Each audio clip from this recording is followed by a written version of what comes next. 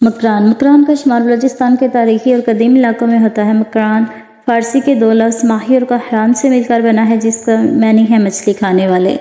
مکران، جسے بعض ذرائع میں مکران اور مکران کے نام سے بھی ذکر کیا گیا ہے، بلوچستان کا جنوبی ساحلی علاقہ ہے۔ یہ پاکستان کے صوبہ بلوچستان میں اور خلیج عمان کے ساحل کے ساتھ ایران میں ایک نیم صحرائی ساحلی پٹی ہے۔ یہ مغرب کی طرف مشرق میں کراچی کے شمال مغرب میں سرمیانی خلیج سے جدید ایران کے صوبہ سیستان اور بلوچستان کے جنوبی حصے میں بشکرت کے علاقے کے کنارے تک پھیلا ہوا ہے۔ اس طرح مکران کو پاکستان اور ایران کے درمیان جدید سیاسی سرحد نے دو حصوں میں تقسیم کیا ہے۔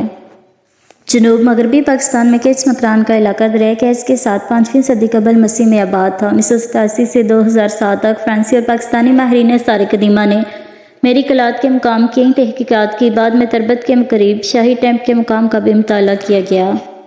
4000 قبل مسیح سے پہلے ہی بڑی اور بڑے چکور پتھر کی عمارت تعمیر کی گئی تھی۔ ماہرین آثار قدیمہ کو چمکاک، کام شدہ پتھر اور ہڈیوں کے آثار جو باشندوں نے استعمال کیے تھے دریافت کیے ہیں، لیکن ابھی تک کوئی سیرامکس استعمال نہیں کیا گیا۔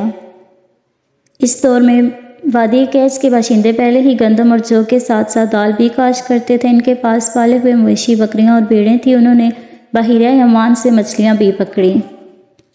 بلوچ حملہ آوروں نے غزنی اور کے سفیر محمود کو طبس اور حبس کے درمیان لوٹ لیا۔ بدلے میں اس کے بیٹے مسعود نے انہیں بعد کی جگہ پر شکست دی، جو صحرا کے کنارے کومان پہاڑوں کے دامن میں واقع ہے۔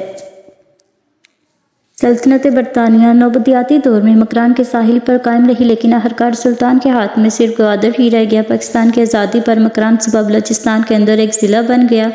گوادر کے ارد گرد 800 کلومیٹر کے رقبے کو چھوڑ کر 1958 میں گوادر انکلیو کو مکران کے ضلع کے حصے کے طور پر پاکستانی کنٹرول میں منتقل کر دیا گیا۔